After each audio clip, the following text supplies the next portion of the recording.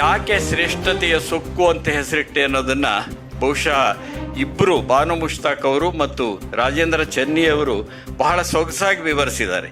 ಅದನ್ನು ಮತ್ತಷ್ಟು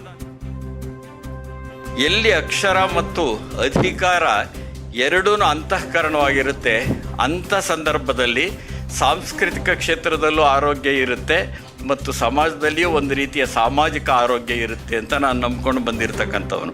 ಹಾಗಾಗಿ ನಾನು ಶ್ರೇಷ್ಠತೆ ಎನ್ನುವುದು ಸೊಕ್ಕಾಗಬಾರದು, ಶೋಧವಾಗಬೇಕು ಅಂತ ನಂಬಿದಂಥವನು. ಯಾವಾಗ ಅದು ಸೊಕ್ಕಾಗತ್ತೆ ಅಂತಂದರೆ, ಈಗ ನೋಡಿ, ನಿರಂಜನ ಅವರು ಬರೆದಂಥ ಚಿರಸ್ಮರಣೆಯನ್ನು, ಕಟ್ಟಿಮನಿಯವರು ಬರೆದಂತಹ ಜ್ವಾಲಾಮುಖಿ ಮೇಲೆ ಎನ್ನುವಂಥ ಕಾದಂಬರಿಯನ್ನು, ಒಳ್ಳೆ ಕಾದಂಬರಿಗಳು ಅಂತ ಅತ್ಯುತ್ತಮ ಅನ್ನೋದು ಬಿಟ್ಬಿಡಿ, ಒಳ್ಳೆ ಕಾದಂಬರಿಗಳು ಅಂತ ಹೇಳೋದಕ್ಕೆ ನಮ್ಮ ಸಾಹಿತ್ಯ ಲೋಕ ಕಡೇ ಪಕ್ಷ ಕಾದಂಬರಿಗಳ ಸೃಷ್ಟಿಯಾಗಿ 1 ದಶಕದ ನಂತರ ಹೇಳೋಕ್ಕೆ ಶುರುವಾಯಿತು.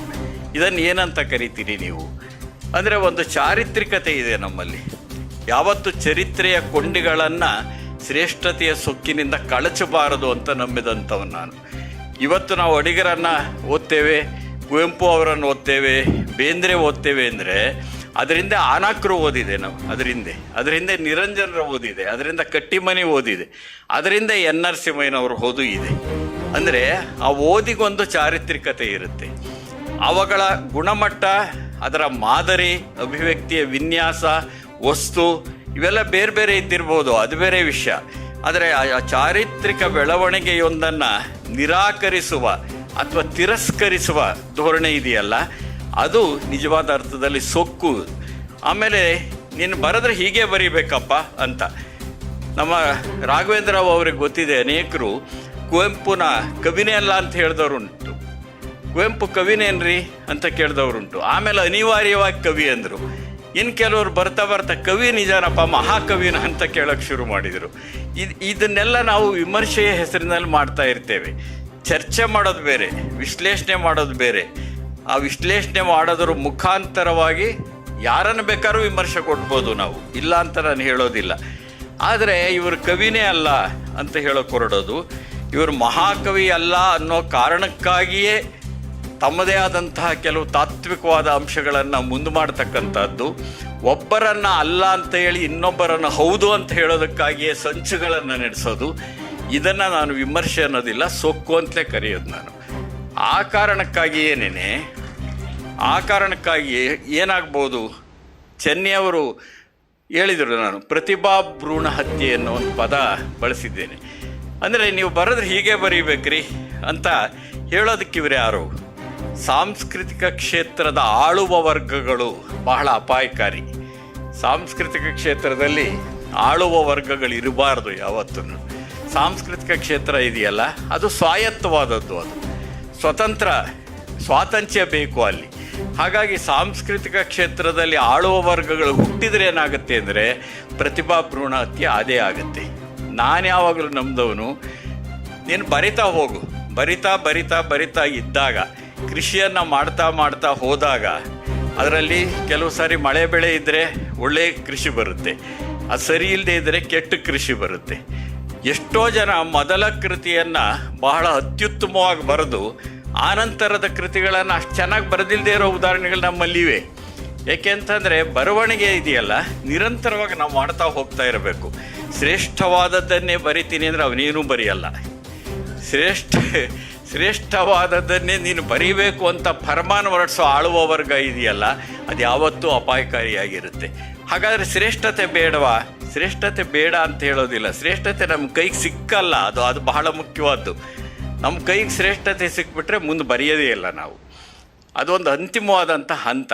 ಇದನ್ನು ಸಾಹಿತ್ಯ ಕ್ಷೇತ್ರಕ್ಕಾದರೂ ಅನ್ವಯಿಸ್ಬೋದು, ನೀವು ಸಿನಿಮಾ ಕ್ಷೇತ್ರಕ್ಕಾದರೂ ಅನ್ವಯಿಸ್ಬೋದು. ನೀವು ಎಲ್ಲಿಗೆ ಹೋಗಿ ಈ ಜನಸಂಸ್ಕೃತಿಯೊಂದನ್ನು ನಿರಾಕರಿಸುವ, ತಿರಸ್ಕರಿಸುವ ಧೋರಣೆ ಇದೆಯಲ್ಲ, ಅದು ಹುಸಿ ಶ್ರೇಷ್ಠತೆಯಿಂದ ಹುಟ್ಟತಕ್ಕಂಥದ್ದು. ಏಕೆಂದರೆ ಜನಸಂಸ್ಕೃತಿಯೊಂದನ್ನು ಗೌರವಿಸಬೇಕಾಗಿರುತ್ತೆ ನಾವು. ಶ್ರೀಸಾಮಾನ್ಯನಿಗೆ ಅವನದೇ ಆದಂಥದ್ದೇನೋ ಒಂದು ತಿಳುವಳಿಕೆ ಇರುತ್ತೆ, ಅದನ್ನು ನಾವು ನಿರಾಕರಿಸೋಕ್ಕಾಗೋದಿಲ್ಲ. ಕುರಿತೋದದೆಯೂ ಕಾವ್ಯ ಪ್ರಯೋಗ ಪರಿಣತ ಮತಿಗಳಂತ ಕವಿರಾಜ ಮಾರ್ಗಕಾರ ಹೇಳಬೇಕಾದ್ರೆ ಆತ ಸುಮ್ಮನೆ ಹೇಳಿದ್ದಲ್ಲ ಅದು. ಹಾಗಾಗಿ ಆ ತಿಳುವಳಿಕೆ ಅನ್ನೋದು ಯಾರ ಗುತ್ತಿಗೆಯೂ ಅಲ್ಲ ಅಂತ. ಹಾಗಾಗಿ ಬರೆಯೋದಕ್ಕೆ ಬಿಡಬೇಕು. ಈಗ ಸಾವಿರಾರು ವರ್ಷಗಳ ಕಾಲ ಅಕ್ಷರ ಲೋಕವನ್ನೇ ಪ್ರವೇಶ ಮಾಡದೇ ಇರತಕ್ಕಂಥವ್ರು ಬರೆಯೋಕ್ಕೆ ಶುರು ಮಾಡಿದಾಗ ಬರೆದ್ರೆ ನೀನು ಹೀಗೆ ಬರಿಬೇಕು ಅಂತ ಹೇಳಿದರೆ ಎಷ್ಟು ಮಟ್ಟಿಗೆ ನ್ಯಾಯ ಅನ್ನೋದನ್ನು ಯೋಚನೆ ಮಾಡಿ. ಸಾವಿರಾರು ವರ್ಷದಿಂದ ಅಕ್ಷರವನ್ನೇ ಕಂಡಿರೋದಿಲ್ಲ. ಆದ್ದರಿಂದಲೇ ನಾನು ಹೇಳೋದು, ಅನೇಕ ಸಮುದಾಯಗಳು ಬರೆಯೋದೇ ಬಂಡಾಯ ಅಂತ. ಅವರು ಬರೆಯೋದೇ ಬಂಡಾಯ ಆಗಿರುತ್ತೆ.